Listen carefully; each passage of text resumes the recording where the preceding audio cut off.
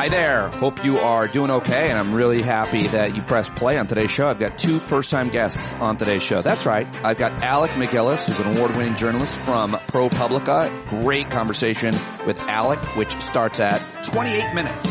And then from the super PAC, American Bridge PAC, the president of that PAC, it's Pat Dennis. Really interesting conversation. Learned a lot about him and the strategy that his company, his organization is employing to elect Democrats.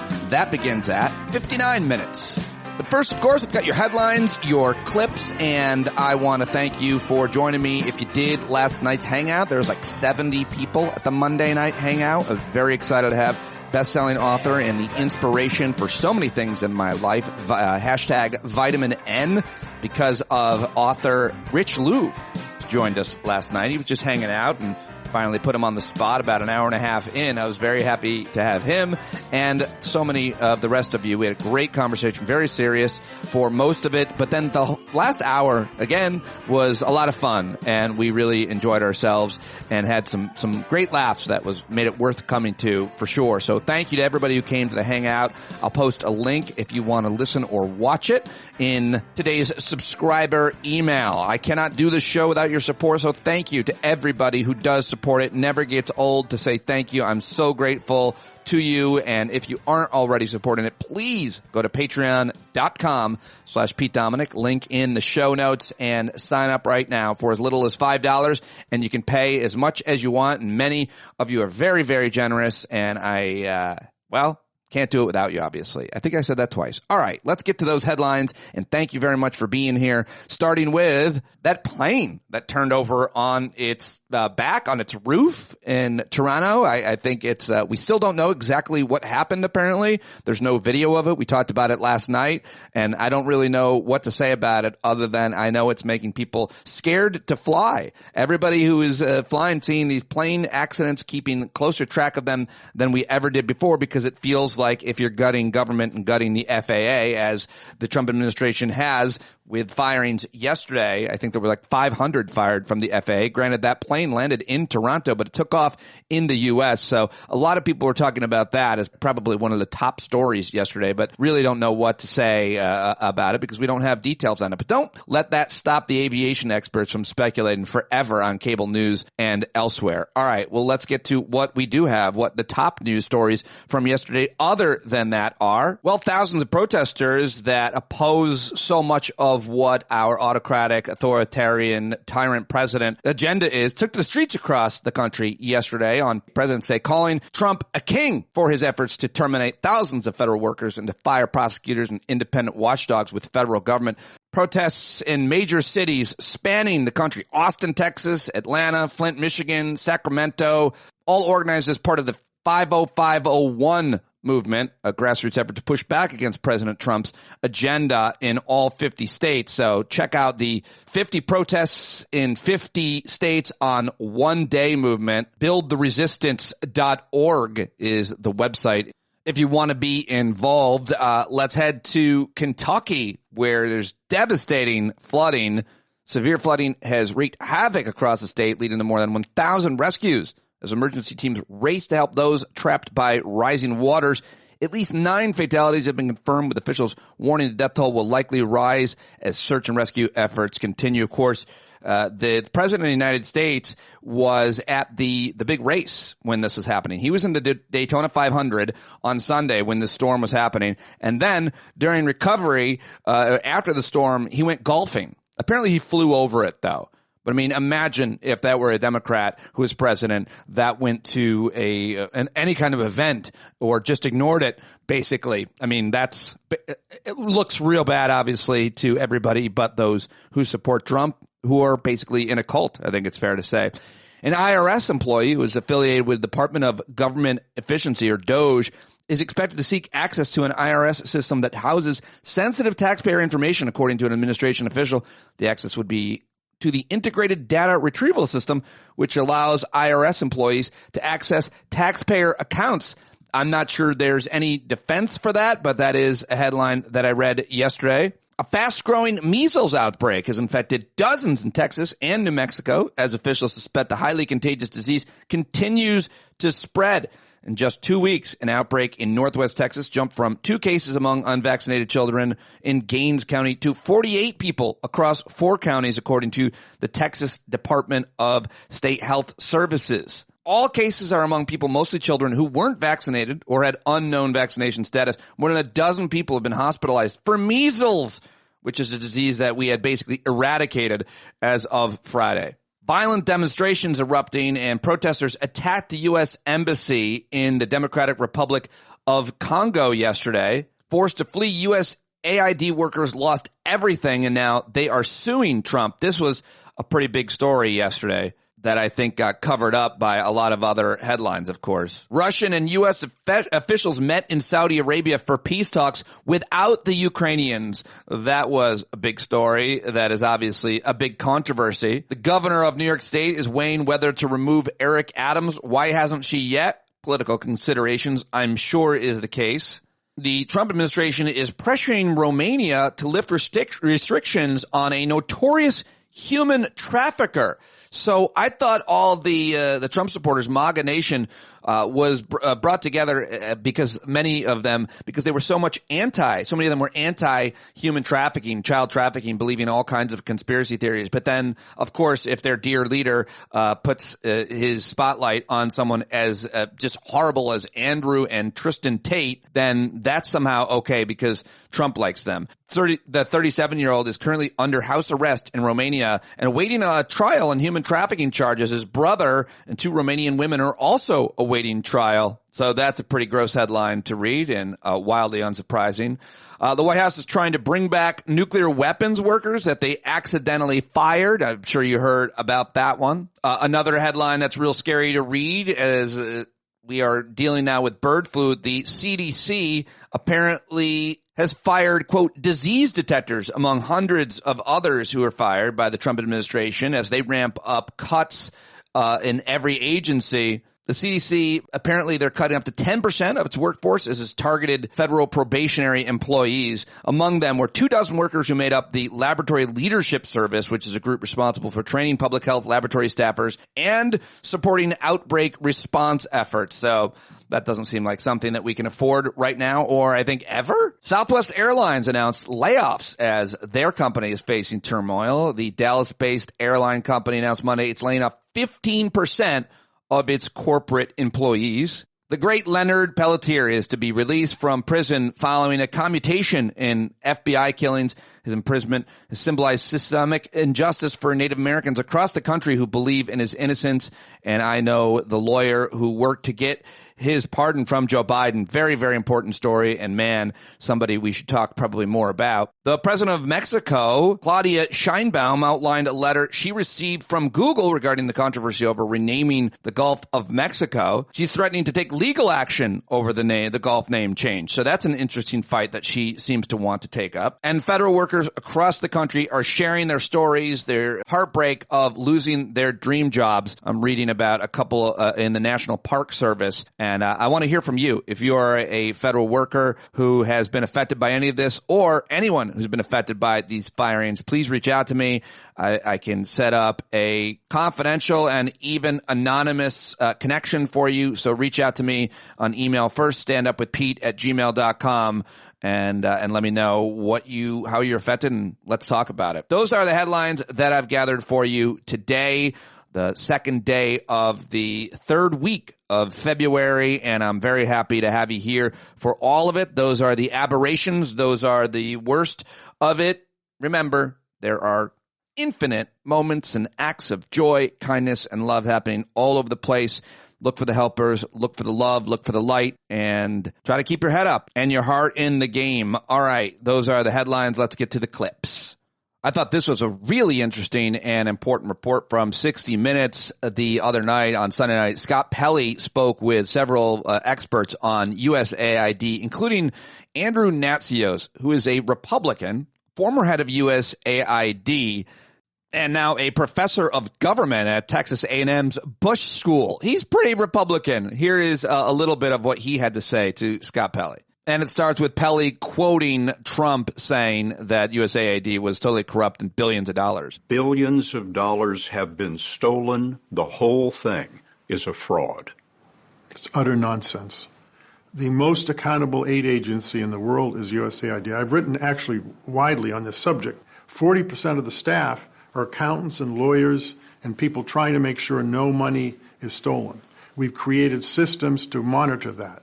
What they did was they went back 20 years to try to find things. If you have to go back 20 years to find abuse, it means there isn't that much abuse. USAID spending in 2023 was $38 billion. That's less than 1% of the federal budget. Natsios told us there is waste and occasional fraud like any big agency. Think of the Pentagon. But the money, he says, is watched by officials, including those in the OMB, the Office of Management and Budget. The question is, why did the Congress approve all these contracts and grants and programs all these years? Why did OMB approve them? Why did the State Department, the F Office controls all foreign aid spending. Every line item in the USAID budget is approved by 3 different bodies, the F Office, OMB, and the Congressional Oversight Committees, of which there are 4. No one caught all these horrible abuses? That's just not believable. Doge arrived at USAID January 27th, and that same day, USAID's top 58 managers were given 45 minutes to get out. The 58 senior managers, how would you describe them? They're the best professionals I've had the privilege to work with or work under. Their integrity is without question. I think to a person, they believe in the mission of USAID and they believe in the ideals of public service. Yeah, well, heartbreaking. That is one of the biggest stories, what's happening with USAID getting a lot of attention, deservedly so. And obviously, we all should continue following that. And I hope that all of us, including Democrats in Congress and in media, will be sure to keep following the stories, the effects, the fallout, the consequences of what has happened to that very important agency, doing vital work around the world in our name. All right, well, let's go to Canada, where Charlie Angus continues to bring attention and warning to everything that's happening with U.S.-Canadian relations. This was a pretty upsetting thing to hear, but understandable. Here he is. Our neighbors are no longer our allies. We are dealing with a regime next door to us that is ignoring the international rule of law, and we have to take this dead serious. Our neighbors are no longer our allies. Oh, man, that hurts to hear, and it's terrifying and upsetting, but you heard it. And Trump is bringing Canadians together in a way that people in Canada, I've heard this from several people, and I've shared it here on the podcast, are saying they've never seen this kind of unity. We heard it from the right, we've heard it from the left, and that matters, doesn't it? All right, here's another installment from Keith Boykins, In These Streets, a series that he posts on Instagram. It's so good, it should win awards, and I love it. It's better to watch because, you know, the music and everything, the images, but here it is. This was Trump at the Daytona 500 on Sunday. Donald Trump taking some hot laps. This was Trump at the Super Bowl last week. And this was Trump at a UFC match. President-elect Donald Trump. Notice a pattern here. Donald Trump doesn't want to be president. He wants to play president. Being president is a serious job. It involves daily national security briefings and long days of meetings, working with cabinet officials, preparing budgets, negotiating with Congress to pass legislation, and bringing the American people together. Trump doesn't want to do any of that. He wants to redesign the Rose Garden to look like Mar-a-Lago. He wants to appoint himself the chair of the Kennedy Center, even though he has no interest in theater, dance, music, or the arts. He wants to attend rallies with adoring crowds of cult members who never challenge him when he lies. And we all know he wants to golf. He's a 78-year-old retired game show host living in Florida who only ran for president to stay out of prison. That's why he issues so many executive orders instead of taking time to pass laws. Executive orders happen quickly, but they can be rescinded immediately by the next president. True change comes from legislation, and Trump doesn't have the patience or temperament for that. That's why he pardoned hundreds of insurrectionists, because it's the one power of the presidency that cannot be overturned. And that's why he picked unqualified TV TV stars for his cabinet because he wanted people who looked like they were straight out of Central Casting. Trump has no core policy beliefs except self-aggrandizement. He has flip-flopped on every major issue, from abortion to China to marijuana to TikTok to vaccines and LGBT rights. And all this may seem entertaining to some, but it actually makes him more dangerous. All Trump cares about is his ego and his money, so he's easily manipulable by anyone who waves a dollar or a compliment in his face. That's why Elon Musk, an unelected billionaire who funded Trump's campaign, is now running the government. And even Elon's 4-year-old son knows that Trump is just a figurehead. From one year to the next are the same? But when the person in the Oval Office has no core values, that means the people around him have enormous power. And those people have very clear policy agendas. Stephen Miller and Pete Hegseth want to bring back white supremacy. RFK Jr. wants to undermine confidence in vaccines. Russell Vought wants to implement Project 2025. And Musk wants to bring back apartheid to his native South Africa. Meanwhile, Trump wants to put on a McDonald's apron and dress up like a garbage truck driver to pretend like he understands working class people. He wants to dance on stage to YMCA. And he wants to tweet, post, and talk your ear off because he wants to feel important. When I was a child, my parents got me a Mickey Mouse watch from Disney World that came in a long, slender black case. I used to pretend that black case was a limousine, and I was a president being driven around from place to place to give speeches. I thought that's what presidents did when I was a kid, but then I grew up. Unfortunately for America, Trump never did. Well done, Keith Boykin. All right. Okay, let's get to Tom Homan, who is the head of ICE. Is that his official job there? He is really hard to listen to, not only because what he's saying is so horrible, but how he says it. His voice, his ability to speak seems troubled somehow. He sounds like a real dum-dum. Anyway, he's asked the Department of Justice to investigate Alexandria Ocasio-Cortez, one of the leading Democrats in Congress. And here's a little bit of that on Fox News. What she in fact doing, telling people don't open your door, hide in your home, don't talk to ICE. We're talking about people who are in the country illegally, committed a crime, they're a public safety threat, they've been convicted of serious crime, and they've been ordered removed by a federal judge.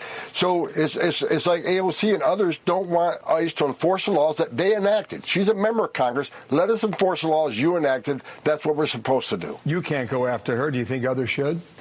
No, I think I've asked DOJ, where's that line of impediment, of interference? Now, if someone stands in your way, prevents you from arresting somebody, put your hands on you, that's impediment.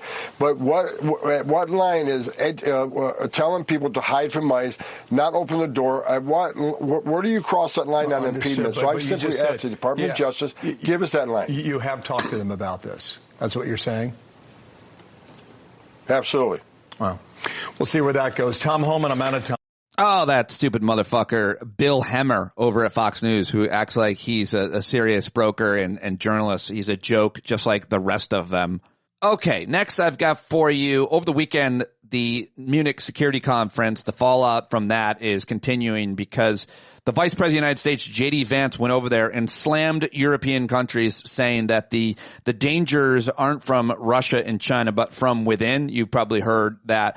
Here is veteran and Democratic Congressman Seth Moulton. He was on MSNBC yesterday. He was also at the conference trying to clean up the mess. What is the mood in Munich, and how is that carrying over to the meeting in Saudi Arabia tomorrow? Well, let me just talk about the mood, Allie, in the room for that speech. It was one of absolute shock among our European allies, among basically everyone in the audience. I think many of us Americans just felt totally embarrassed as VP Vance delivered really not a speech, but a condescending lecture about the fundamental tenets of democracy to our European allies. And what was most remarkable is just how hypocritical this speech was. He talked about respecting election results. He talked about not jailing your political opponents, and he talked about not censoring the media. The problem is that this is coming from a man who himself won't acknowledge the 2020 election results. This is a day after Trump said he should jail the members of the January 6th committee, his political opponents. And this administration just kicked the AP out of the Pentagon and is censoring dozens of words from government publications, keeping Americans in the dark while they take reams of data off the internet. So the utter hypocrisy was met with a room full of hundreds of people, a couple hundred people, and about 5 of them applauded. I think 4 of them were Chinese. It was only the Chinese and the Russians who liked the speech. The Russian foreign minister actually came out and praised the speech. That's the only praise you've heard about what VP Vance had to say. Notable when you break down the response like that. And so as someone who was in the room, both hearing that and then the reaction from world leaders, the word I keep hearing is stunned. What did you say to them in response about this next era of American foreign policy led by President Trump? Well, of course, in private, the Republicans that I was with at the conference were embarrassed by this speech as well. They're very scared of Trump, so they're reluctant to say anything in public. I did hear Senator Wicker notably say some things publicly, which was good to hear.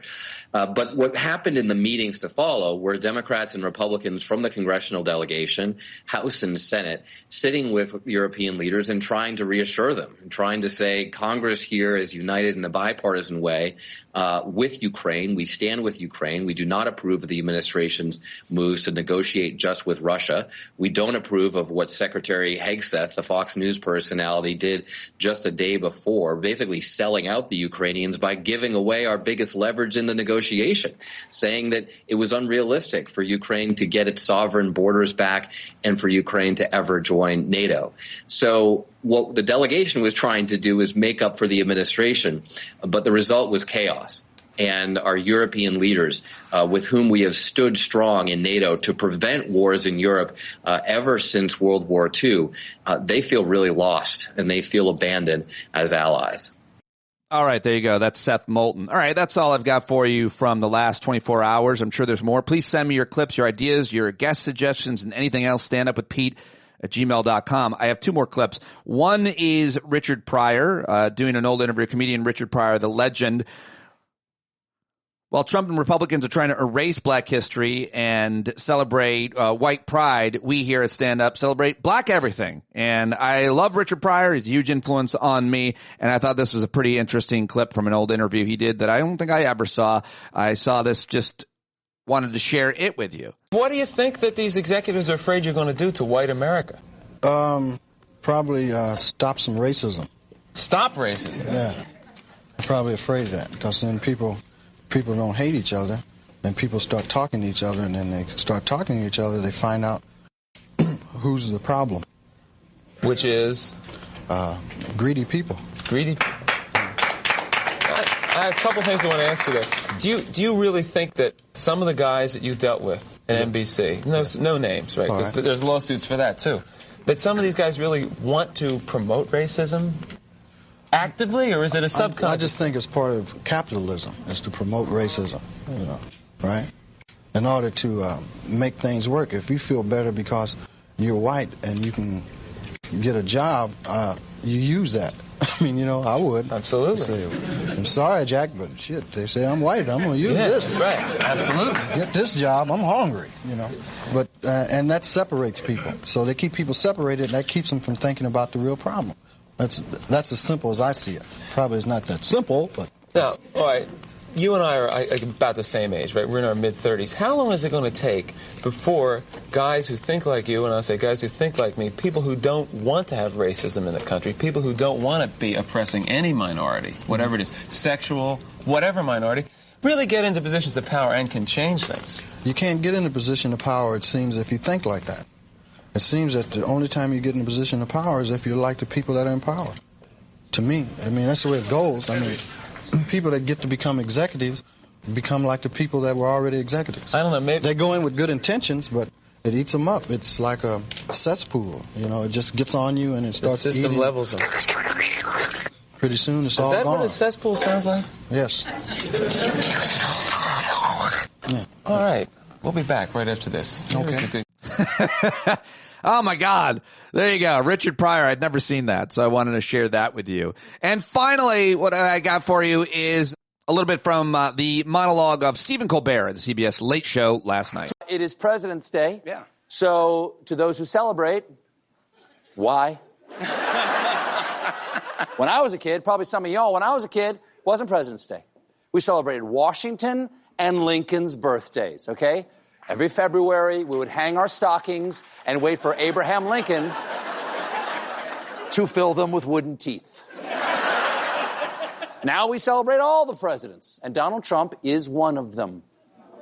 I just took a week off, and while I was gone, he did a lot. And it's hard to figure out among all the things he did, which is the most of what he did. And each one of the things he did individually seems so criminal and so catastrophic that sometimes you can't see the forest for the trees. Jim, do we have a shot of the forest? Yeah, there you go. There you go. Okay, I have another metaphor. I have a lot of metaphors. I don't like them, but that's all I have right now. For instance, I hear a lot of people using the old metaphor of the frogs in the slowly boiling water. Except I don't think that metaphor really captures the situation that we're in right now. Yes, there is a pot, but we're all frogs. We're all in the water. And we know that it's going to boil, and half of us are screaming, let's get out of the pot. And half of us are screaming, crank up the heat, make the stove great again. Or we say, but wait, no, you're in here too. You're going to boil. They go, good, I don't care as long as you die too. And the chef is leaning over the pot saying, technically, none of you are being boiled, you're being poached. I'm telling you, just your legs. I'm just going to take the legs. And the meat is going to fall right off of America's bones. And the thing is, we're not the only ones who know he's breaking the law. So does he. Because if he didn't know that, why this weekend would he post, he who saves his country does not violate any law? That is wild. That is a wild thing. Did he just tweet it? Is there any, do we have video of him saying that? When the president does it, that means that it is not illegal. No, Jim, the current president. Oh, anything that moves! There you go. There it is. That's him. Now, to be clear, Trump is pre-announcing that he's going to break any law he wants to get whatever he wants. Now, I'm no revolutionary. I can't grow the beard. But that is a tyrannical declaration of power. And as an American patriot, I just have to say, the British are coming. The British are coming. Seriously, John Oliver is our guest tonight. All right, there you go. Stephen Colbert, CBS Late Show last night. I like to end the clips in the news segment on a laugh, and that was it. Now it's time to get to my first guest. First time on the show. Coming up, by the way, Pat Dennis. I got two guests on today's show.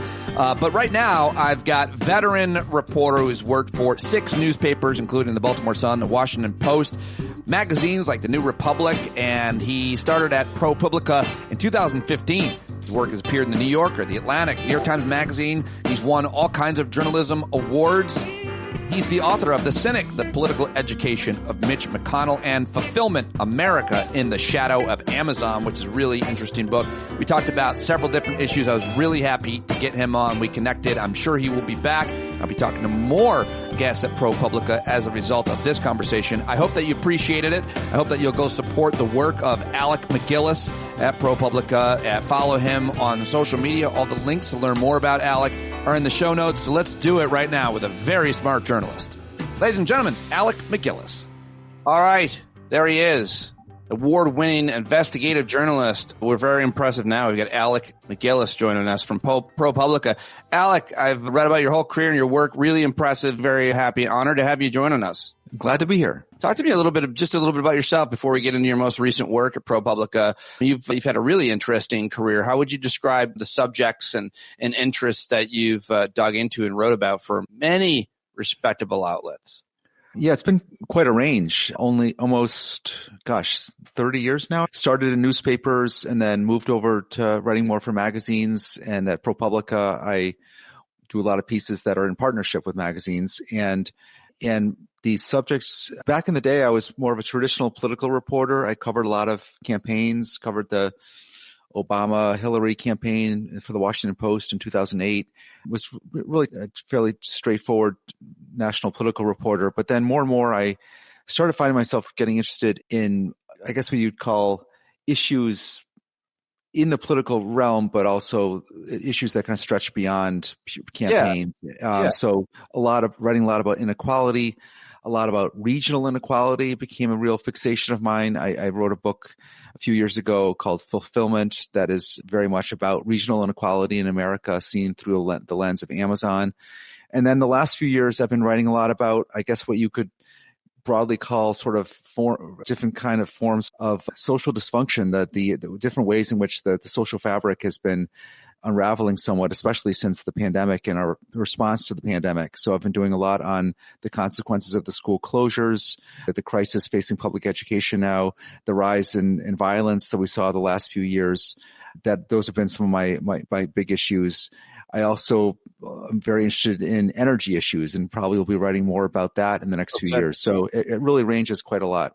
Yeah, it's really impressive. Really impressive. Let me just ask you a couple questions just about that, because you grew up, your dad apparently was like the editor of a local newspaper in Western Massachusetts where you grew up. You reported for several different newspapers. So you or any journalist who worked in print during their career who was around your age, who's had the type of career that you've had, has some pretty strong thoughts and opinions how you've seen things change, specifically the death of newspapers, the consolidation of what are just left, and the rise of social media and finding whatever answer you want on anything, whatever makes you feel good. How would you describe the change in journalism that you've seen in your career alone? Oh, it's been tremendous and very often very disheartening. And I do care very deeply about this. I grew up in this newspaper family, this amazing small newspaper in Western Mass called the Berkshire Eagle in Pittsfield, Massachusetts, really considered in its time probably the best small newspaper in the country, won a Pulitzer, all that. And then my dad lost his job in the mid-90s when the paper was bought out by one of the most avaricious of the chains. And I've just now seen all these other small newspapers that I worked at and others get just eviscerated. And I just believe that as much as we talk about this problem, you simply cannot overstate the effect that it's had on communities, on our politics. The fact that so many people who used to get their news from this local paper or maybe local radio, other local outlet that they trusted, that they had real faith in, that they now are, that's just almost gone in a lot of places. And so their experience of the media comes much more from very polarized national media or social media. And so there's not even any concept of anymore for a lot of people of what a reporter is or what a reporter does. It used to be Jane Johnson that you'd see at the school board meeting or what have you. And now Jane Johnson is gone. And so there's that loss of information, but also of trust is hugely important. And it's one big reason why thankfully ProPublica lets me spend a little time volunteering as a volunteer editor or mentor at the Baltimore Banner, this great new local news startup in Baltimore where I live that is really thriving. And I just believe so much in these new efforts to try to catch up to what was lost. I love that. Well, good for you. That's very impressive. And I'd like to talk more about it, but do you see any way to forget about like the demand and the importance of journalism for a moment? Do you see a viable way to fund organizations that are doing good journalism at any level, local, state, or on any kind of issue that works to be able to allow the journalists to do great work and to have a decent living, to afford to live on a journalist's salary? Do you see funding mechanisms that are effective, that could be effective, other than wealthy people giving their money? Right now, we are quite reliant on the wealthy people giving their money. You have organizations like ProPublica that are thriving with a combination of different kinds of funding. It started out with wealthy people giving their money. It also now includes foundations and a lot of regular people also giving small amounts of money to support journalism. The Banner is making it, they are really quite ambitious. They're trying to make it with a combination of the support of a generous donor, but now also more traditional funding. So support, they are actually trying to make it with selling subscriptions and selling some ads and doing events and really trying to become self-sustaining so that they're not so reliant on the big donor. And they are bit by bit on track to to become sustainable. And it's been amazing to watch them making it happen. They have tens of thousands of paying subscribers now, and in just a couple of years. And that's just immensely heartening for not just for Baltimore, but for places all around the country that might be considering something similar. Basically, in just less than 3 years now, this newsroom has grown to more than 100 people. And yeah, it's by far the biggest of the local news startups in the country. And I would like to come down and tour those offices and put a light on the banner. I'm not even familiar with it. I plan to talk to you about your reporting, but we're talking about a place that you volunteer at, which is awesome. But that sounds amazing. I'm looking at it right now too. And look, they got obituaries, new media. It looks like they got all kinds of new media features and newsletters and major course. Yeah. Yeah. How do you build trust though? How do you build trust and credibility with the community? It seems like it was always hard, and it should be, but it seems harder than ever if somebody can just dox you and attack you and start a rumor about you and say you did a thing at a place that you never even were or did. Right. No, it's tough. And you just have to, it really is just day by day and story by story. And people just start to depend on you, and they start seeing the reporters around. They're like, oh yeah, I saw that restaurant critic over at this place. I saw the court reporter in court the other day. It's that personal. It's that basic. Let me just ask you one question about your book, which looks really fascinating as well. And you mentioned it here, and you basically talked about how the impact on regional economies are as a result of Amazon, the company, and where they have warehouses and hubs and can build communities around just one plant. It's a really fascinating idea called fulfillment, winning and losing in one-click America. And the idea in terms of how you reported this out and how you chose to. Just give me a little bit more about it, and I'll get it, read it, and interview you on it a little bit deeper, because I'm pretty sure it's still very relevant. Yeah, I'd like to think it definitely is, if not even more than before.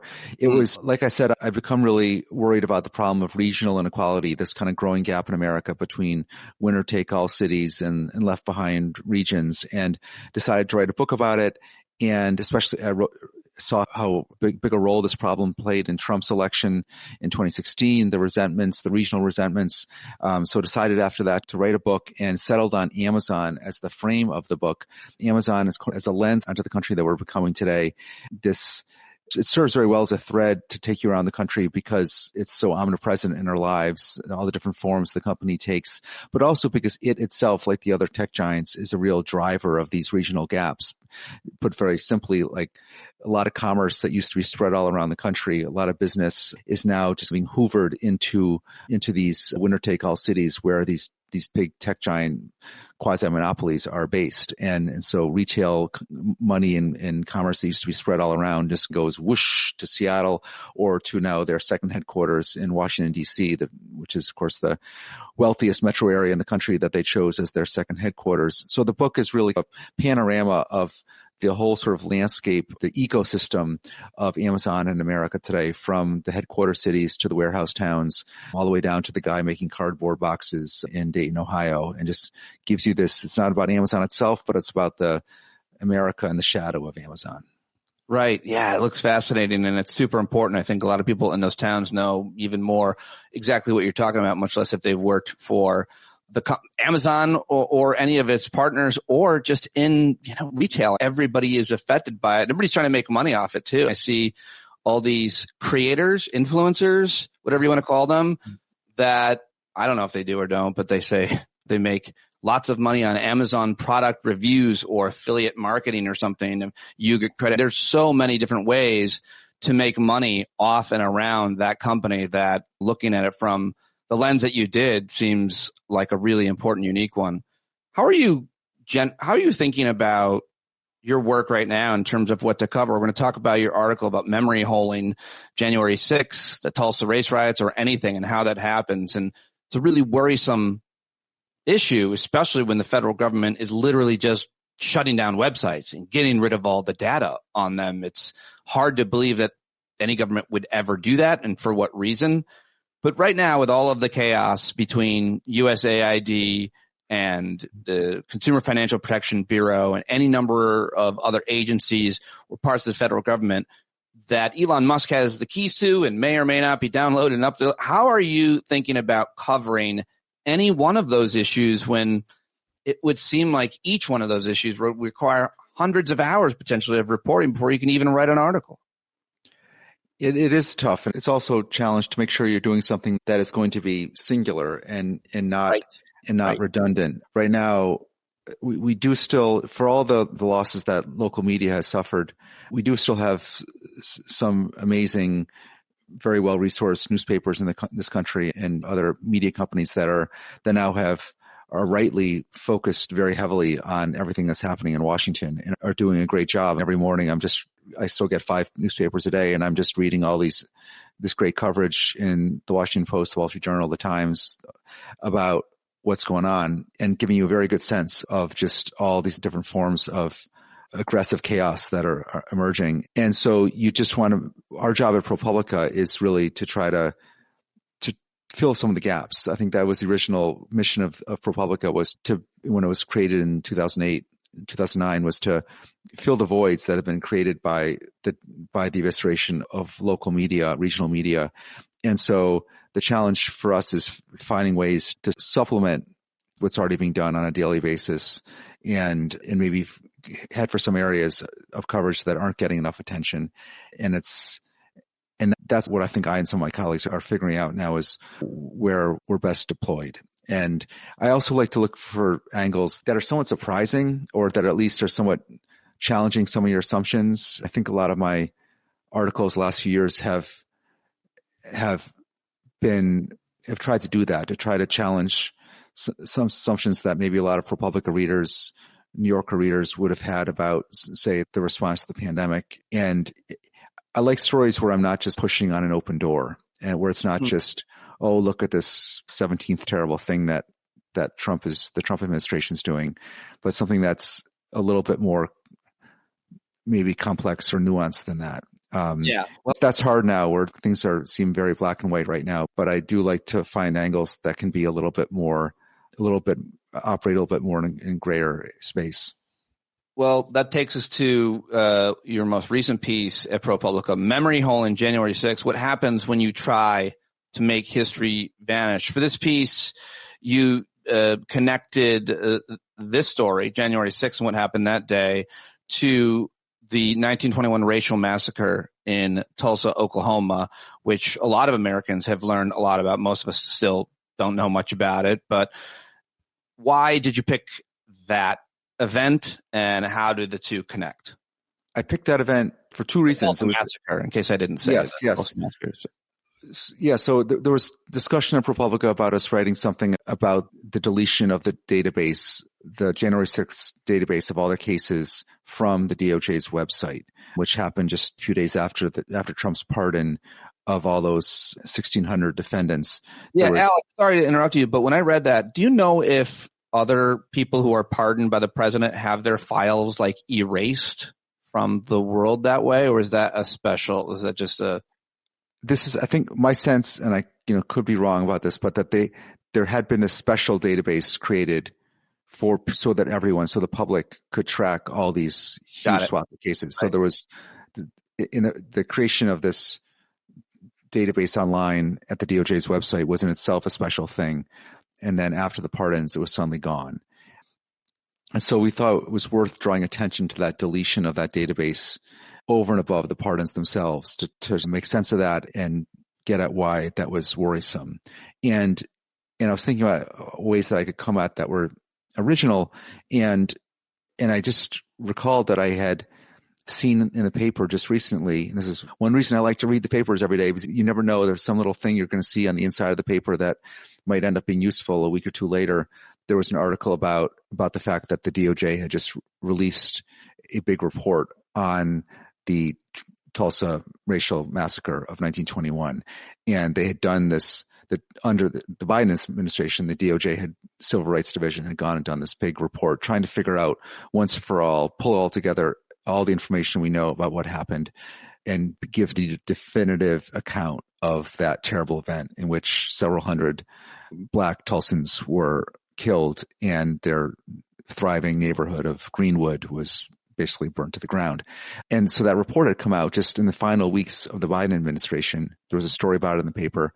And it just occurred to me that here you had the very same Department of Justice a few weeks later under Trump's leadership deleting this historical database, this database of all these cases that had arisen from this day of violence, of a violent riot. And just a few weeks after, that same Department of Justice had gone to great effort to really pull together and publicize information about a previous day of violence. And it just so happened, as I was making this connection, that I was actually in Tulsa for a conference. My first time there. And I, of course, went to the very powerful museum they have there on the massacre. And it just occurred to me that this would be I could pull these two events together in a way that might work. You did a great job. The big difference, of course, between the Tulsa race massacre and January 6th was that in January 6th, everybody had a camera. So you had thousands and thousands of angles of the event. And so it makes it so much more difficult to memory hole. Although they're trying to, I think one of the most stark things, if this is true, it really is interesting that they tried to put a plaque up outside the tunnel where some of those cops, the notorious, infamous tunnel where cops were getting crushed. Mm-hmm. And they tried to put a plaque up commemorating the event. This is where January 6th happened and so on. And it had to go through approvals and it never got out. So it's like it didn't happen in that location on that day, except for all the videos, as opposed to the Tulsa Race Massacre, which there's almost nothing documented as a result of it being 1921 and whatever there was being hidden, stolen, destroyed. I think it's the main observation between the two. Take it from there.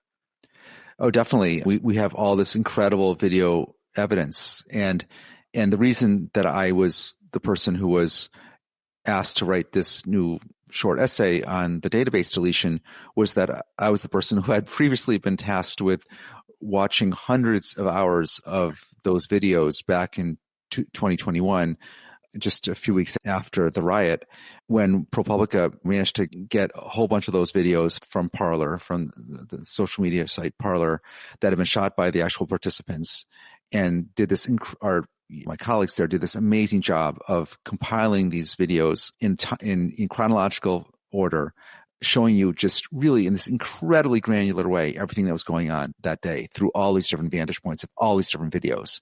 It's so powerful. And they back then asked me to watch a whole lot of those videos. It was really just several days of just being immersed in that, and then write an essay to make sense of what I had seen. And this is important to point out. This is actually the main point I wanted to get across in this latest essay, was that watching all those videos made it clear to me just how incredibly disparate and heterogeneous that day was. How completely it was not one big mob unified set on the goal of breaching in the Capitol and stringing up Mike Pence. There was this wild array of profiles of people, motivations, and activities in that huge crowd. Also, a lot of people pleading with their fellow protesters not to attack the cops or not to smash the windows.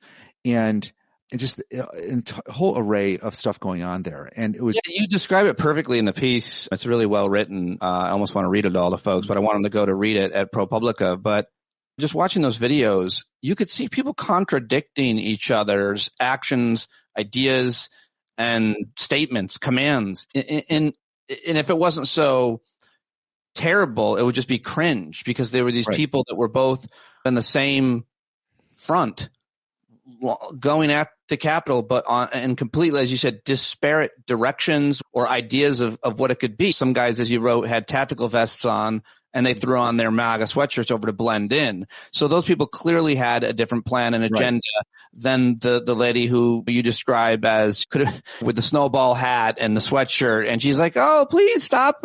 Don't go in there," and warning people like, I just got caught up in it. So you saw that when you watch the tapes. The people were on a lot of different pages, but that didn't really make a difference come pardon time. No, and that's the thing, is that what was so impressive about the whole effort to prosecute the true worst offenders that day was that they were actually trying to differentiate. They were actually holding people accountable for their individual actions and really just trying to go after the people who actually did really bad things and trying to narrow down and basically treat everyone as an individual and not just blame the whole mob.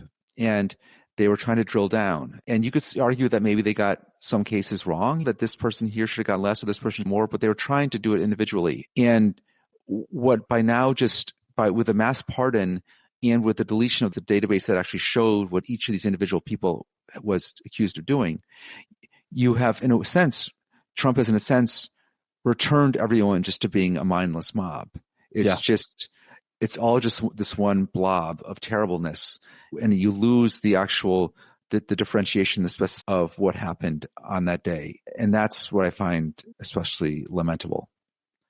Not to mention the fact that, as you write, back in Washington, the federal government has embarked an entirely new cover-up of another day of enormous violence. And just before that, you're writing about Tulsa. The erasure will not be nearly as successful this time around. There are, after all, those videos, which are live on ProPublica's website, among other places, while much of the deleted database can be found in the Internet Archive's Wayback Machine. So you have this information. Your organization has this information. Other organizations have this information. Hard as they try, they can't memory hole January 6th the way they did Tulsa, right? That's right. It's worrisome that they would try. It's worrisome that this will succeed with some portion of the country. But in sheer practical, concrete terms, we just have so much more at our disposal now than they have at that Tulsa museum, where when you go in, all they have in a sort of documentary sense are photographs of this neighborhood burned to the ground afterward. And then they have managed to create, with powerful sort of video imagery, some sort of a conjuring of the arson and of the attacks. But it's all confected. Sometimes I wonder, I like to throw this thesis out to smart people like yourself who've covered a broad range of issues for a long time, just to see if you've thought about it. And I feel like I'm 49, and in my lifetime, I feel like I've seen many major horrible things happen without accountability after they happen. Specifically for me, being in New York City on 9/11 changed my life. It's how I got into activism and journalism and so on. And there was never any accountability for the invasion of Iraq. There was never any accountability for another incident that really affected me and my family. The financial crisis of 2008, when we bought a house a year before, which should have never lost its value and did, and really destroyed us and hundreds of millions of other homeowners. Of course, there also is January 6th and all the crimes of the Trump administration. And I think about the guys who I've gotten to know really well, a couple of those Capitol police officers like Harry Dunn, Aquilino Ganell. They don't see any accountability. There's justice and there's accountability, but sometimes I feel like, Alec, the story of America, even in our lifetimes, is one of a lack of accountability, where other similar nations have more accountability in their major crisis with their major figures, putting prime ministers and presidents even in jail. We almost did that, but Trump got away with everything and got reelected. I wonder what your thoughts are on accountability or a lack of it and how it affects American culture, American decisions, American elections, American media, any of it. Oh, absolutely. It's another word for it would be impunity, that we're in an age of impunity where so much just goes unpunished and unaccounted for. I would add to your very good list of major events for which we did not have real accountability and scrutiny. I would add our pandemic response.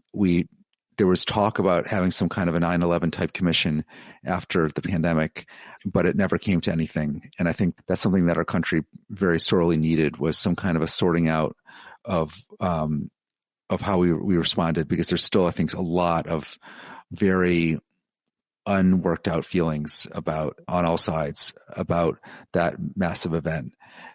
But again, we just move on, and it's amusing that darkly amusing that you saw President Biden feeling like he had to preemptively pardon Fauci on the way out the door in case the right came after Fauci. But in a sense, that was it was probably superfluous because, again, we have not really had any real move to do any kind of processing of that event. So we have pardons and pre-pardons, but we don't have much actual accountability. Yeah. Age of impunity.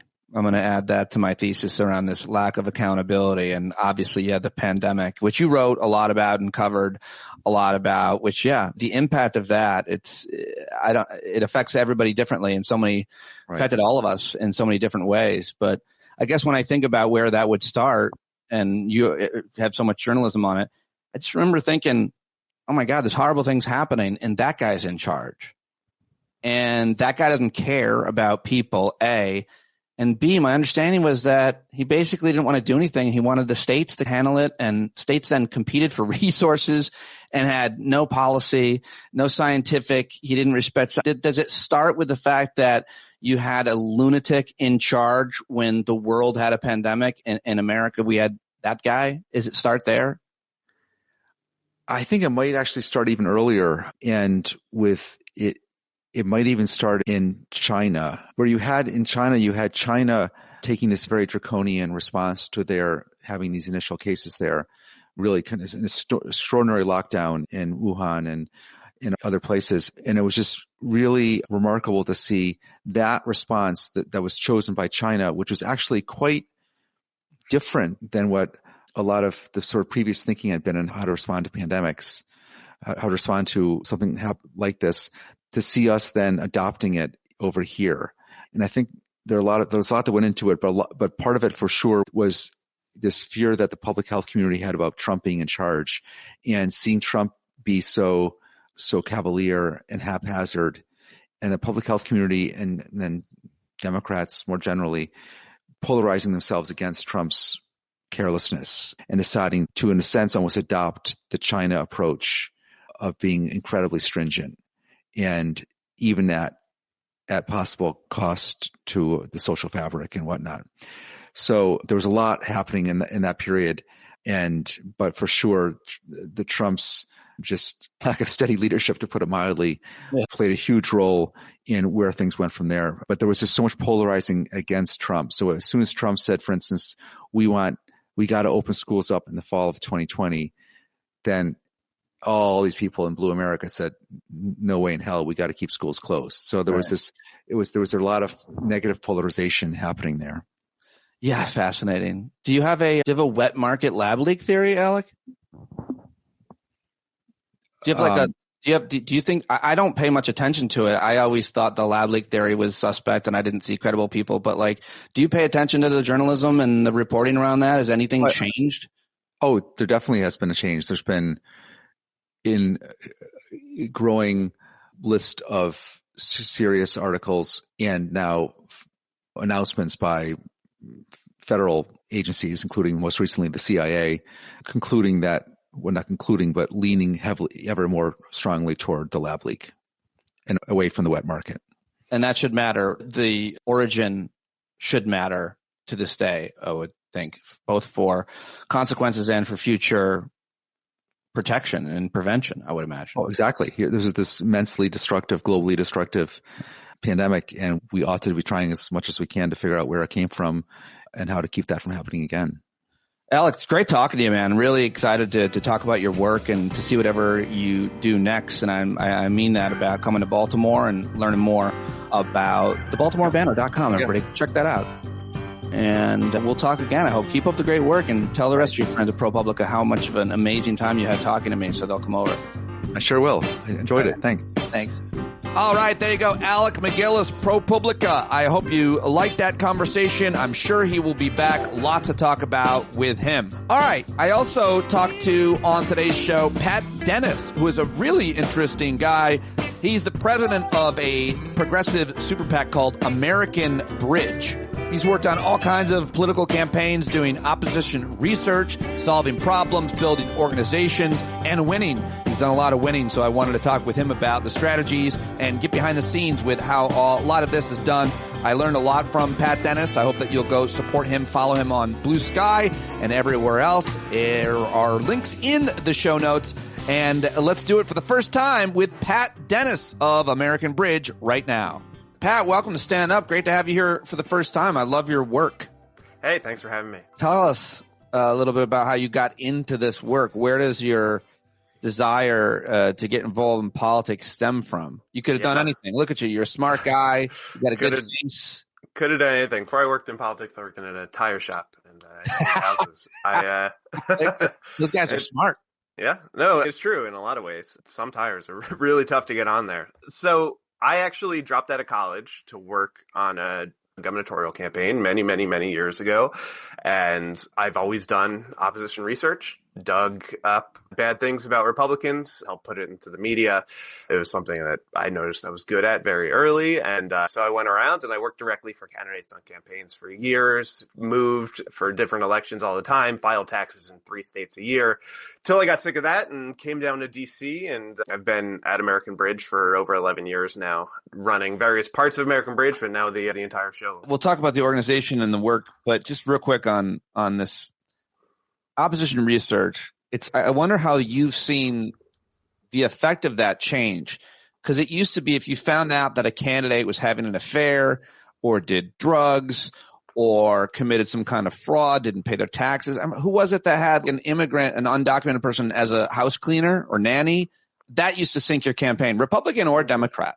And I think it still affects Democrats a great deal because I think that the bar is far higher. If you do something, you can't even run. You get primaried. And if you get elected and then find out you're Al Franken. But I wonder how you think that's changed specifically and especially with Republicans. And maybe you disagree with me. Maybe it's true of Democrats as well. Because it seems now that if you find out that a man assaulted his wife, he now actually moves further up the ladder in, say, Trump world. And I'm not kind of being funny, but maybe not because they look out for each other. Yeah.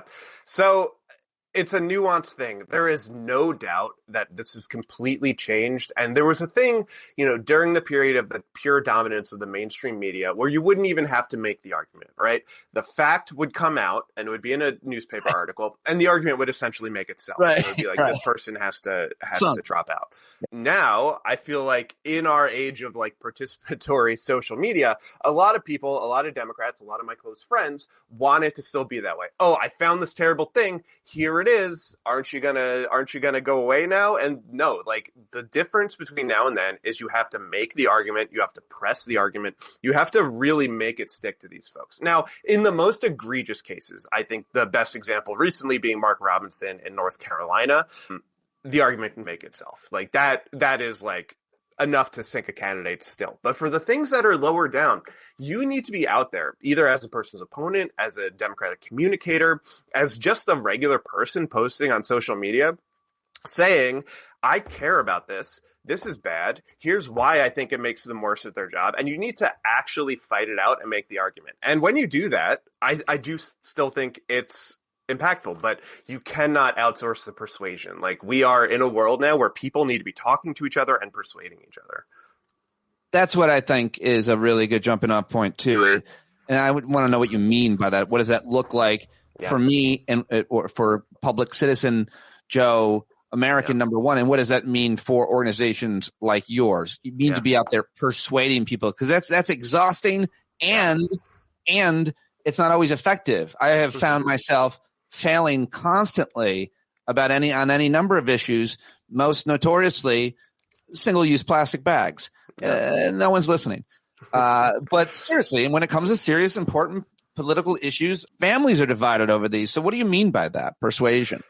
Talking specifically about opposition research, something that came out last cycle was this guy, Eric Hovde in Wisconsin. He was basically out there saying that people in nursing homes aren't really with it enough to be able to vote, right? And that's one of those things that in the past would just sink a campaign. Now, you need to be out there saying that people in nursing homes actually are extremely bought into our system, are like some of our most vulnerable people, but also people like we really care about, etc. Now, if we had just put that out there, that he said that disgusting thing about nursing home residents, the MAGA ecosystem would be out there, oh, it's taken out of context, oh, blah, blah, blah, oh, this, oh, that.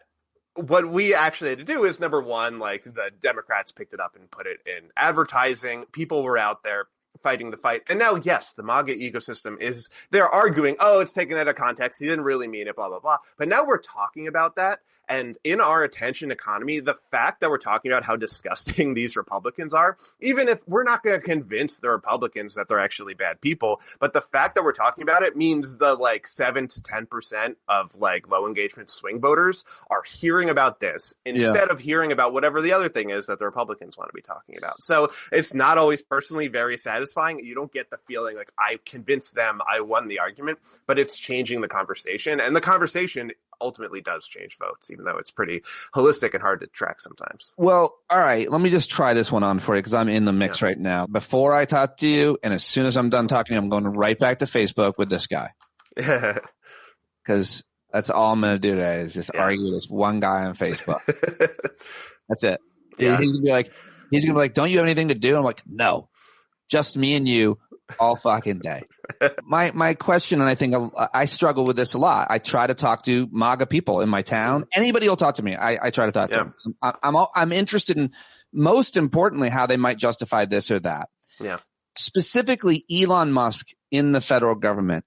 Their argument is he's there to get rid of waste, and he's sold that argument with Doge and the acronym, and that's what he's told people he's there. Yeah. But I'm pretty sure he's doing a lot to cut waste, but he's also cutting arteries and veins and jugulars as well that might never be repaired. And some of those may be in this person I'm arguing with Facebook interest, like Medicare or Social Security or something else that is going to affect them. Farmers and their aid. What is the argument right now about Elon Musk? How come we can't seem to win that one? I certainly can't with this guy. Yeah. Well, we're getting really deep into what does it mean to do an argument. I think it will be very difficult for you to get this guy to come to you and say, I was wrong, you were right. That is ultimately not how persuasion goes. But in doing this argument, number one, you are going to be honing your way of discussing these things. You're going to understand what the people who disagree with you are using to push back, what's going on in their heads. Number two, there is an audience watching this. I don't think a ton of people are going and reading this, but some people are watching this conversation unfold on Facebook.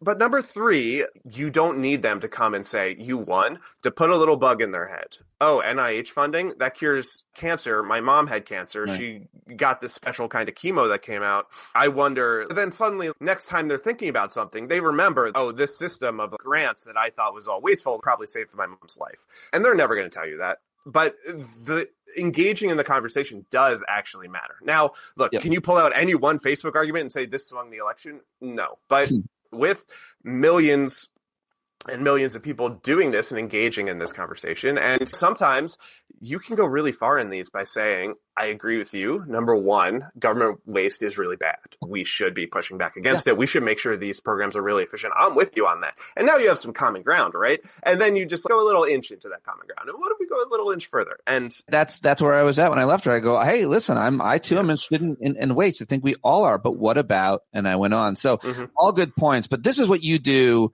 at scale. Yeah. And what I think is really interesting right now, if it wasn't so scary, is that you probably have a plethora of issues, subjects, and threads to pull to create ad campaigns about. And I'm not sure which one you pick, whether it's USAID, you mentioned NIH funding, you could talk about the FAA or NOAA, which does weather. And so how are you deciding what's most impactful? What are you working on? What are you thinking about? It's a crazy freaking time. And whatever you're working on today, by the way, might change tomorrow. This is an issue I'm super passionate about, and it takes a little bit of a mindset shift to really wrap your head around it. But their strategy, this was their strategy in 2017. It's their strategy now. Stay right up on that mic. When you move away from it, it's a great mic, but when you move away, I can't hear. But go ahead. I really want to hear this. I'm sorry. So their strategy is to flood the zone, right? They want to do too much, have us flailing from place to place. We can't focus on anything. We can't have a message because, oh no, this thing. Oh no, this thing. For me, what I'm really passionate about is they are not doing 10,000 things. They are doing three things with 10,000 proof points, right? They're cutting healthcare for Americans, they're harming the American economy, and they're harming public safety. And if there's something that doesn't fit into those three things, that's renaming the Gulf of America. That's what they're focusing on instead of improving the economy and helping prices, right? No matter what you do, it's simply a proof point on one of those three things: cutting NIH, healthcare; closing down community health centers, healthcare. If they're closing preschool, research on disease and treatments, which are lead to what those funding you said. So, but yeah. Cutting Head Start grants for preschools, that's harming the economy because people can't go to work. And it's harming safety because these kids aren't being watched during the day. So everything is a proof point to those three things. And what that lets you do is build on itself, right? Because the thing you're talking about tomorrow will be different than the thing you're talking about today, but it's building in the same narrative we were building on yesterday. So what do you do? What do you build and where do you put it? Because we could argue about the effectiveness of traditional ad campaigns simply from the point of their length. Maybe you got it. Maybe when you started, maybe you were making a minute long and now you're making a 7-second message. And we can, so what are you making? Where does it live? And that's the question. Yeah. Firmly believe in the all of the above strategy here. And we are specialists in what we call earned media, which traditionally was getting stuff in the local newspaper or the local TV station. We still do a lot of that, but it's far more than that. So the goal here is to get the message out. We call it share of voice, right? You want to be in the mainstream media. You want to be in the social media. You want to be in the alternative media. You want to be in the paid media, which you're right, like paid media. There is no world now where you win the argument based on paid media alone. That does not mean it's not an extraordinarily effective way of communicating with people. So there's a million other places. For us, the goal is like making sure we're working from the same set of facts, that the information that needs to come out does come out. And then once we do that, it's a question of getting it in all the places and then targeting it at all the audiences. And that's a big thing. I could show you a spreadsheet that I have that's a matrix with one side. Here's communications avenues, and on the other side is here are the audiences we target. And what results is a lot of work needs to be done. How much are your organization and pretty much every other organization using actual influencers, people with huge followings on Twitter, Instagram, TikTok, YouTube, etc., crafting a message, giving it to them? And I've not been approached with this ever. Maybe it's because I don't have a big enough following or something like that. But and I wouldn't be interested in it because I'm a little uncomfortable with it. But I do think that you can make the argument, as many of my friends who do this do, which is they're giving me messages that I totally believe in. It's not like I'm putting something out there that contradicts what I believe. But when you have experts crafting a message and then you give it to some person with a huge Twitter following, I know a lot of these people and they're getting paid to put up messages. How much does your organization and all the other organizations do just that? So we don't actually pay people to put up messages. That's a possibility. You can do that. But what do you think of it ethically or impactfully as effectiveness? I think in terms of effectiveness, it can work really well in terms of making an ecosystem where people are saying things that they believe and it's authentic and it's persuasive to people, and then other folks are able to get their message out there. I think it falls apart when it's not authentic. I think it falls apart when it's too poll tested. I think it falls apart when you give somebody a script. Ethically, I feel like influencers need to be true to their audience and what's best for their audience. And that's also in their long-term economic interest because their audience will abandon them if they just stop doing all that. That's why the way we approach it is there are people who do that paid stuff, and I think that has its place. But for us, our rule is if we have opposition research or video that we dug up or filmed ourselves or some nugget there that we think is really good, drives a message that an audience would want to see, we will give it to you. We'll just hand it over. And it's an area we're really looking to get better at because we're great. If you're a blogger, if you're a journalist, a mainstream TV news reporter, we're great on getting you the video you need at the time you need in the format you need. And it's something we're really working on improving is if you have a 500,000 follower YouTube account, if you have a TikTok account with a bunch of followers, what exactly is the thing that's your bottleneck to talking about this? Either it's too much research work and we can help you out there, or the video's too hard to find and we can help you out there, or you need a supercut of somebody saying 10 different things and we've got it and we got to make sure we get it to you. So this is an area where we do a lot of work, but we're also really working to improve just on the idea like our content should compete on its merits.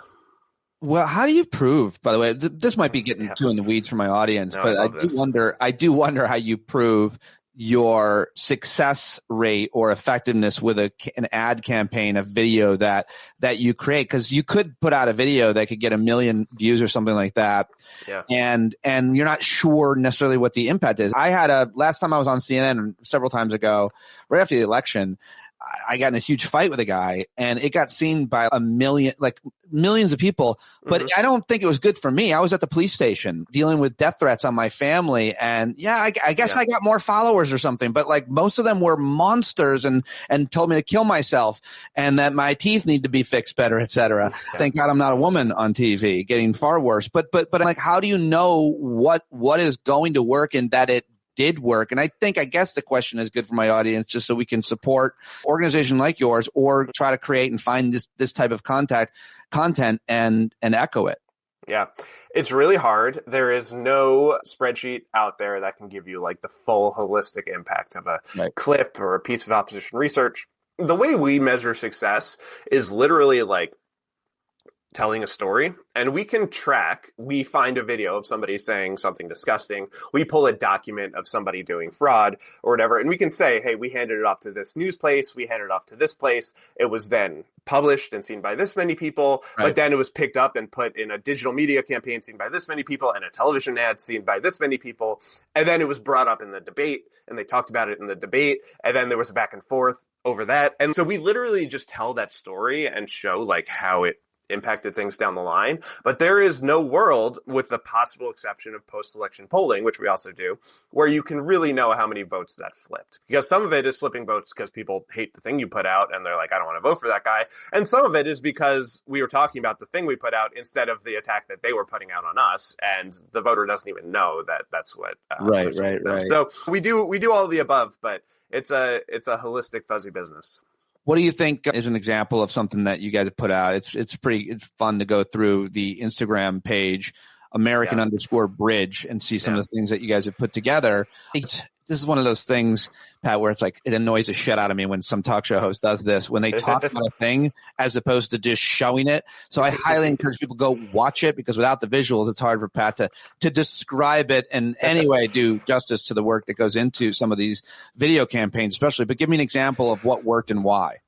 Yeah, and we've had a ton of these over the years. We landed, in terms of like stories like I was talking about, we had over 2,000 of those up and down the ballot last year, including some on state legislative candidates up through state auditors and governors and Congress and presidency and all that. So I try not to go into all the specifics because some of them we have off the record agreements with folks. But back in the day, like back in 2020, there was like a speaker going up at the RNC, and we put out that she basically had said a bunch of really anti-Semitic stuff right before she was supposed to go out, and the RNC had to pull her, and it caused this big problem for Trump. Like, now instantly. The timing was a consideration on that choice, the timing that you put it out. Yeah.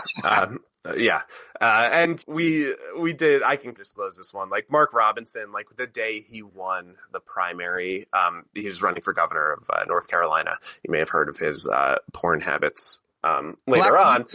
What? The Black Nazi was my easiest. Yeah. We put out, there was a video clip of him saying women shouldn't be allowed to vote, and we waited till the day after he won the primary and put that out.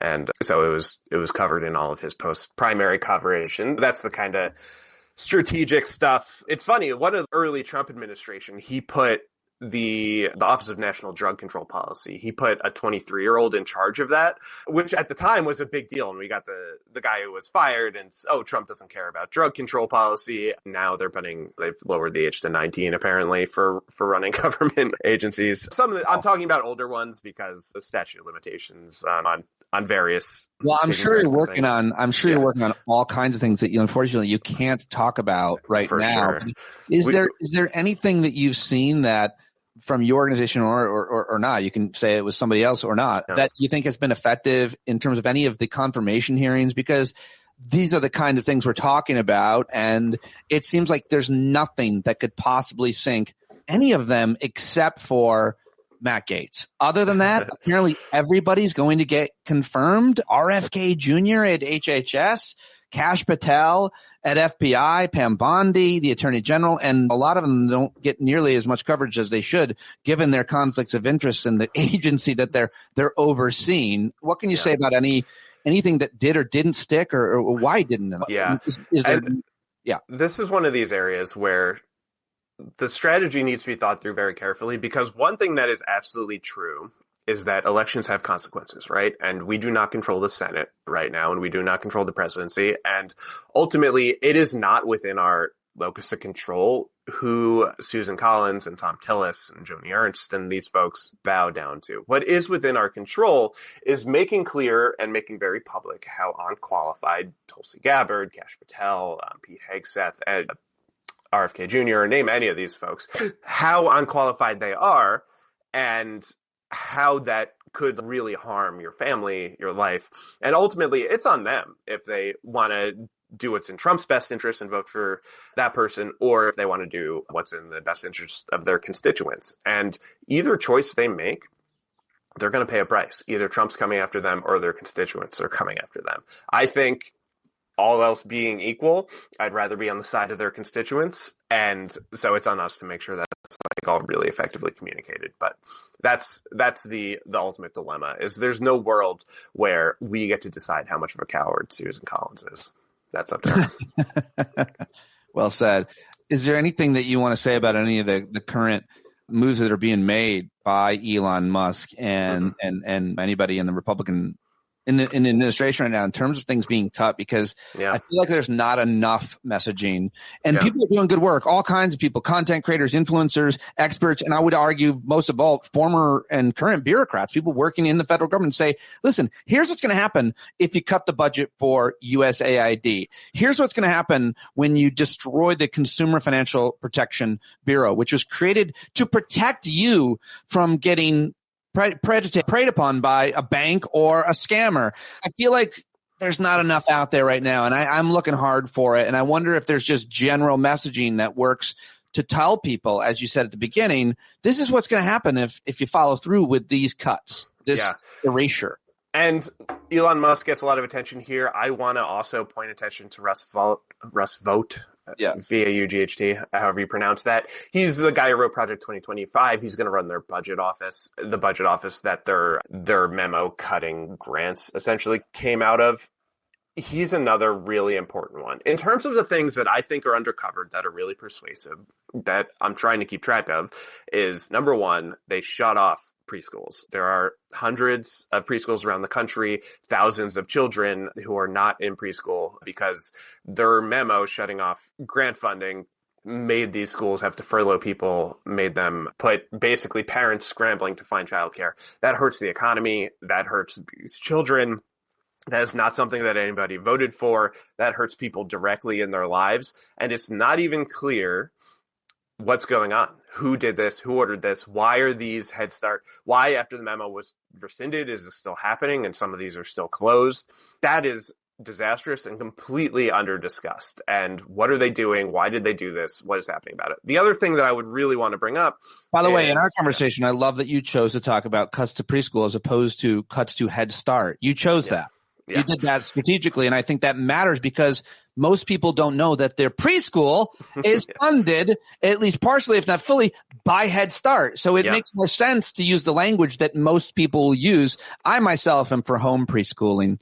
I'm not. I just made that up and thought it would be funny. I think that the evidence shows that early education, pre-K, is determinant in the success of a student at age 18 as much as any other piece of data out there. And preschool is the best investment any country and any community can make.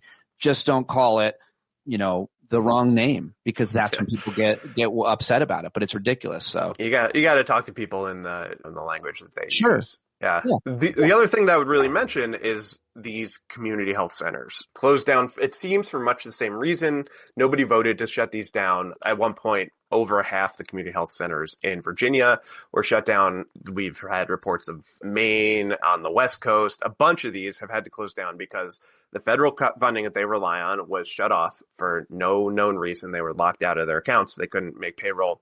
And this is like healthcare for everyday people. And look, I was in politics in 2009, 2010 around Obamacare, and we were giving people more healthcare and people were upset about it. You want to talk about taking healthcare away, like that is something that people will really hate. And most importantly, like this is a preview, because as this is happening, as these community health centers are shut down, the House is in negotiations with itself about how much they're going to cut, essentially, ACA funding, Medicaid funding, things that really, like, more than half the children in Maine, more than half the children in Ohio, almost just under half the children in North Carolina rely on this funding to be able to see a doctor. And they're talking about how much they're going to cut it to pay for rich people's tax cuts. It's just like utterly disgusting, but it is also like the seeds of what will ultimately turn into making this administration completely toxic, making all of its allies in Congress flee the administration. And this is some of the most important stuff that's going on. Yeah, the pain, though, the pain that we're all going to feel in the meantime. By the way, I don't think that piece of messaging that you just mentioned, you knew it would translate with me, but it doesn't translate. It doesn't meet people where they're at when you say you're cutting important funding in healthcare to pay for a rich person's tax cuts. People don't understand what that means, that you're paying for a rich person's tax cut. Try it again for me, because I know you have a better version. Yeah, you're absolutely right. These tax cuts, right, there's only so much in the budget. There's deficit spending, but the reality is that money is either going to go to making sure that we raise less revenue from the corporate tax rate or taxes on folks like Elon Musk, or that money is going to come in from folks like Elon Musk and it's going to pay for things like healthcare. The other important thing to remember is the other option is just we pay for it with debt. And there are things in this world that is important enough for us to pay for that we should be willing to go into debt for our children to pay for it. But one of those things is not lower taxes for Mark Zuckerberg, right? And that is what they're proposing. Lower taxes for Mark Zuckerberg in exchange for more debt on your children and less healthcare. Finally, have you been paying any attention? You got anything on these cuts to USAID or wherever they might be that are going to affect American farmers? Because that narrative is really interesting to me. There's a huge thing that's blown up on TikTok that you may or may not have seen, people listening. But I think it's really interesting. People just don't understand how the federal government works. They don't understand how government works, period. It's really interesting if you ever look into it. If you ever meet somebody in the federal government, you could sit down and have coffee, a beer with them, whatever. And that's, they do fascinating and important work. And they're not just nameless faceless bureaucrats. And when it comes to the money that the American federal government gives to farmers so that they can grow food, it's my understanding, Pat, that they then send to the rest of the world, sell to the rest of the world, if not then donate to impoverished nations or humanitarian disasters, the grain, all of it. That money comes from the federal government. The farmers get paid. A lot of it's obviously overhead, and they're not going to be getting that money. And these are going to be people who voted for Donald Trump that are all of a sudden not going to see the money come. And I don't understand that. Why would the Trump administration do that? Do they know they're doing that? Will the farmers connect Elon Musk and Trump and whoever else did it? Will the message get out? What do you think about the farming thing and just the overall messaging of it all? I think it was $350 million of American food that was rotting in ports after they shut down USAID illegally. Just incredibly stupid. These people don't understand how this system actually works. That's just one on a long list of things that is essentially attacking farmers. Farmers who were the number one victims of Trump's initial trade war now are facing another one. Meanwhile, they're going in and shutting down programs in universities that innovate in things like soy production, and all of a sudden you see these farmers freaking out. And then, yes, the cuts to USAID, which a big part of that is feeding people around the world who need it. And the easiest argument, if you're a Republican, to make is, oh, yeah, but why are we feeding people over there when we should be feeding people over here? We should also be feeding people over here, to be clear, which is why those same farmers are getting money from SNAP programs, which these folks also want to cut. So leaving that aside, every single time we cut USAID, every program we shut down there where Americans are in there supporting people, helping develop economies, helping create trading partners so that these economies can develop, trade with us, and now we have more friendly trading partners. Every time we pull back, there's a guy from China who comes in and says, here's a 12% interest rate loan. And all these places where we're pulling out, China's coming in with essentially, we're the only game in town. You're going to go in debt to us. And then when you can't pay that debt, which you won't be able to, it's designed not to be able to be paid back, we're going to come in and take the minerals. And now we're going to control all the mining in your country. We're going to extract all of the natural resources and make sure those come to benefit us. And that is going to essentially create a more powerful China, decimate our trading partners, set back economic development by a long ways. And this is all just because these folks wanted to cut a number in a spreadsheet with no looking forward. So look, that can be a tough, that's a lot of explaining I had to do just there. That can be a tough argument to make. That doesn't make it any less important. Well, yeah, you mentioned the trade war and how that affected farmers.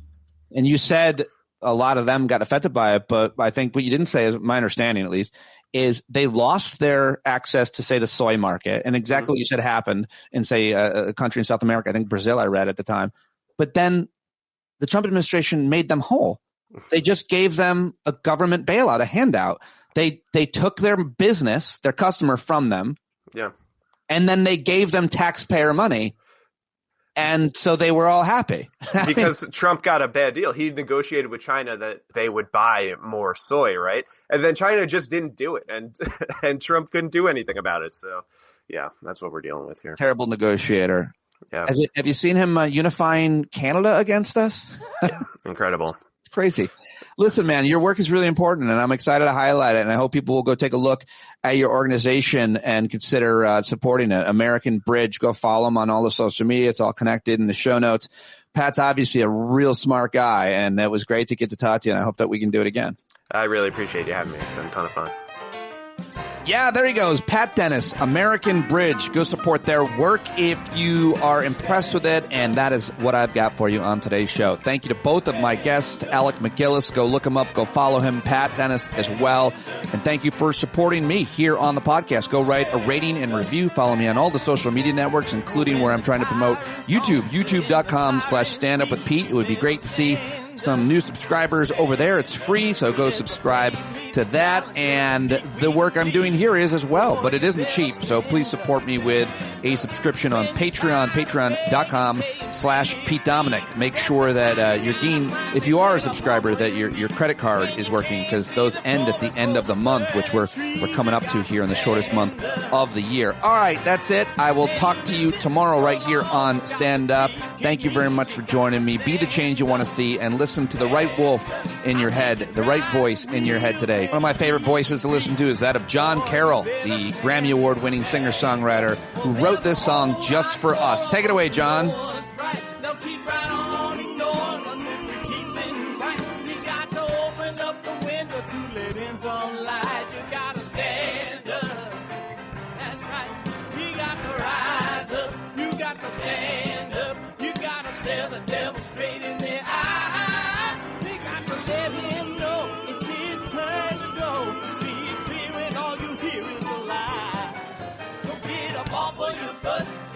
Off your fence, even if it ain't a very friendly audience, they'll begin to listen when you start making sense.